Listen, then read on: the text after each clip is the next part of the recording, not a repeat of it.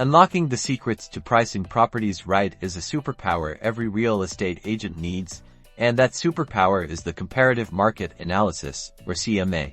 Hey everyone, I'm your realtor friend, ready to break down the CMA process step by step so you can confidently advise your clients whether they're buying or selling. First, we need to identify comparable properties, or comps. Look for homes that have recently sold, ideally within the last 90 days, within a 1-mile radius, and in the same neighborhood as the subject property. Focus on key features: square footage, number of bedrooms and bathrooms, lot size, garage spaces, and overall condition. The more similar the comps, the more accurate your analysis will be.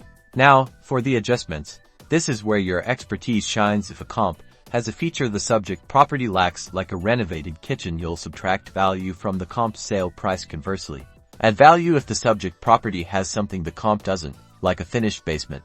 There's no magic number for adjustments, but research average renovation costs in your area. Be consistent and reasonable with your valuations. Once you've adjusted all your comps, you'll have a range of values. Eliminate any outliers that are significantly higher or lower than the rest. Finally, calculate the average of the remaining adjusted values. This gives you a strong indication of the fair market value for the subject property.